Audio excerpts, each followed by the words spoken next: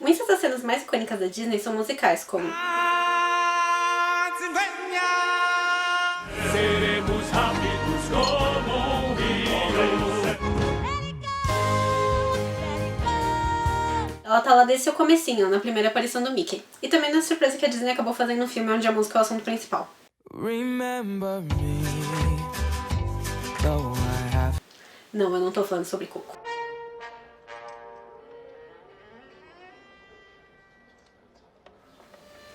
Em 1936, Walt Disney queria fazer um curta para aumentar a popularidade do Mickey. Sua ideia foi fazer um curta com base na música de Paul Dukas sobre aprendiz de feiticeiro, e que por sua vez é baseada num poema de Goethe. Walt chamou Leopold Stokowski, um regente bem popular na época. Ele aceitou trabalhar sem nenhum custo, porém ele escolheria a dedo os músicos que comporiam a orquestra para a gravação, e em pouco tempo o orçamento do curta era quase 4 vezes maior do que as animações normais do estúdio. Como era um curta mais experimental, Roy Disney, o irmão do Walt Disney, que cuidava do financeiro, não sabia direito o que esperar do retorno e não queria que eles se arriscassem desse jeito. A solução foi colocar Aprendiz de Feiticeiro em um longa, junto de outras animações também inspiradas em músicas clássicas, como se fosse um filme-concerto, que na verdade era um nome provisório de fantasia. Junto de Walt Disney e Stokowski se juntou Dean Taylor. Ele era conhecido por ser o apresentador das transmissões de rádio da Filarmônica de Nova York. Taylor e Stokowski, apesar de serem figuras ligadas à música clássica, eram bem conhecidos pelo grande público, e somados ao Walt Disney dava à fantasia uma grande oportunidade de fazer a música clássica ser mais apelativa ao grande público. Mas voltando para 1928. Nesse ano estreou Steamboat Willie, que também foi a estreia do Mickey. Foi a primeira animação com som em completa sincronia com a imagem. Eu digo em completa sincronia porque 2 anos antes surgiu esse desenho aqui, O Maio do Kentucky Home, dos estúdios Slasher, o mesmo do Popeye e da Betty Boop. E tinha essa parte aqui. Follow the ball and join in, everybody. Seguido de um tipo de versão karaokê da música que dá nome ao curta. In my old Kentucky home. Mas em Steamboat Willie não era apenas um trecho que estava em sincronia. O curta todo brinca com a musicalidade, colocando um som caricatural e bem musical em praticamente toda a ação. E foi um grande sucesso, então as animações da Disney continuaram com essa ideia por muitos anos. A Disney tinha até uma série chamada Silly Symphonies, em que a ideia era experimentar mais com isso.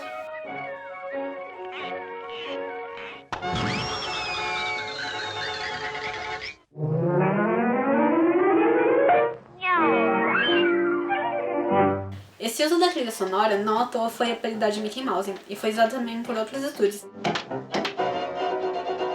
E até em live action.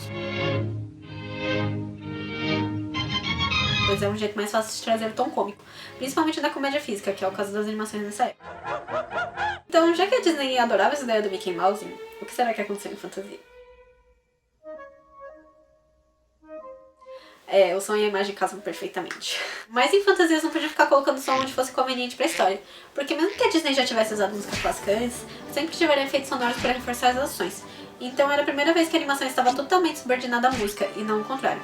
Mas como se faz isso? Primeiro vamos pensar como funciona uma animação. Diferente de um live action, onde filmam horas de material fazendo diversos takes, na animação as pessoas têm a possibilidade de fazer tudo certo de primeira, porque sendo um desenho há total controle sobre a imagem. Mas mais do que a possibilidade de fazer tudo certo de primeira, é a importância de fazer tudo certo uma única vez. Afinal, sairia muito caro se diversas cenas fossem completamente desanimadas para depois nem serem usadas. Por isso, os estúdios acabaram desenvolvendo um modo de se planejar antes de começar a animar. A primeira parte desse planejamento é o storyboard. Ela é uma decupagem desenhada de cenas e inclui indicações de movimento de câmera e dos personagens.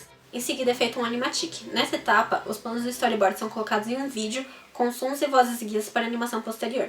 Assim, o animatic pode ser comparado à montagem de um live action, pois a ordem e a duração dos planos e o ritmo do filme são ajustados nesse momento. Durante o animatic, inclusive é possível voltar novamente ao storyboard e até mesmo no roteiro. Afinal, nessa parte ainda é possível ver furos na história. É importante falar que além do papel igual da montagem de live action, no animatic também é definido o ritmo das ações. Em um filme live action, os planos filmados têm um ritmo interno próprio, que foi capturado durante a filmagem.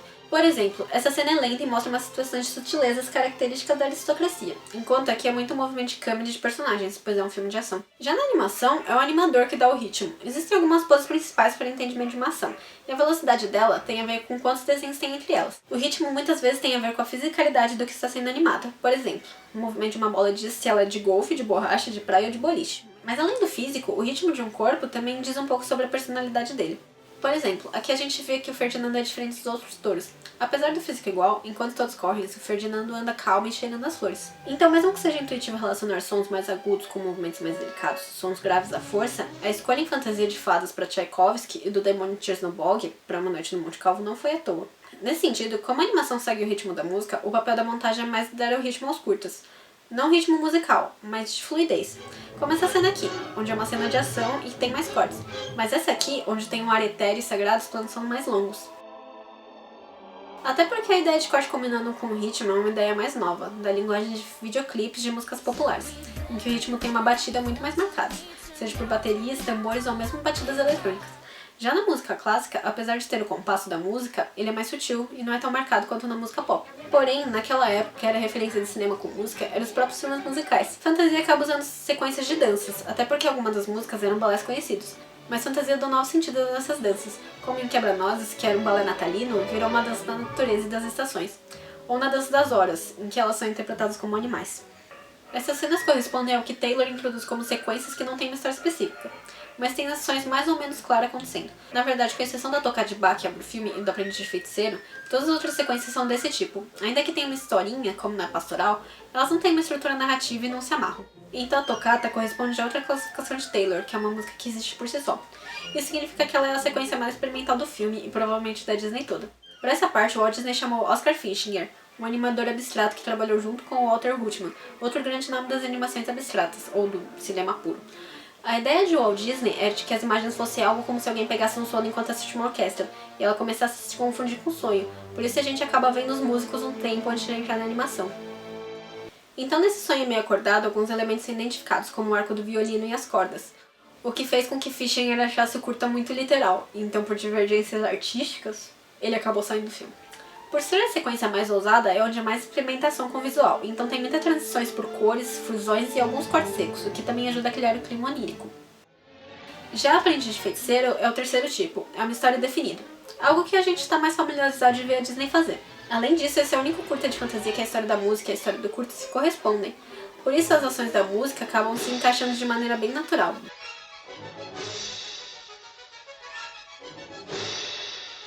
Então, se a solução para o retorno financeiro de um curta que era experimental, mas relativamente mais convencional, foi colocar ele em um longa com outros curtas ainda mais experimentais, num filme de 2 horas e 5 minutos, tão longo que tinha até o intervalo de 15 minutos, como será que foi o retorno financeiro de Fantasia? Artistic success, financial failure. Na verdade, Fantasia foi de certa forma bem recebido pelo público e crítica, mas muita gente teve dificuldade de entender e os críticos de música acharam um pouco ofensivo. Mas o problema maior de Fantasia é que foi gasto muito dinheiro com a invenção do primeiro sistema de reprodução sonora estereofônica, o Fantasound.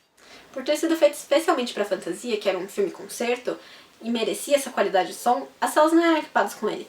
Por isso, Fantasia foi exibida em roadshows com o Fantasound, em exibições especiais, quase de gala, como num concerto mesmo. Tudo isso saiu muito caro e Fantasia não deu retorno e o Fantasound só foi usado para Fantasia. Fantasia foi sendo relançado ao longo dos anos, inclusive reduzido com um corte de 81 minutos que tiraram a tocata e a introdução de Taylor. Mas em 1969, duas coisas interessantes aconteceram.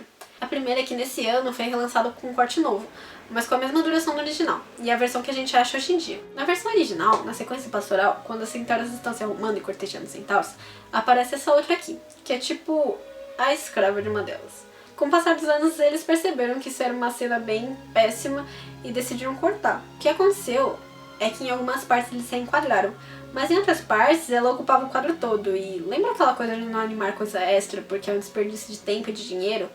Quando eles quiseram tirar essa parte aqui, não tinha o que colocar e eles tiveram que repetir o plano, o que não faz o menor sentido.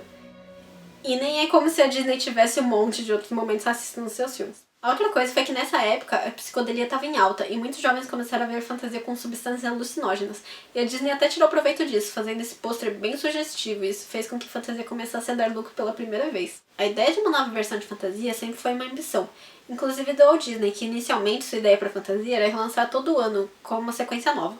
Então, em 1999, a Disney finalmente fez uma sequência, Fantasia 2000. Ela é um pouco mais amigável que o original.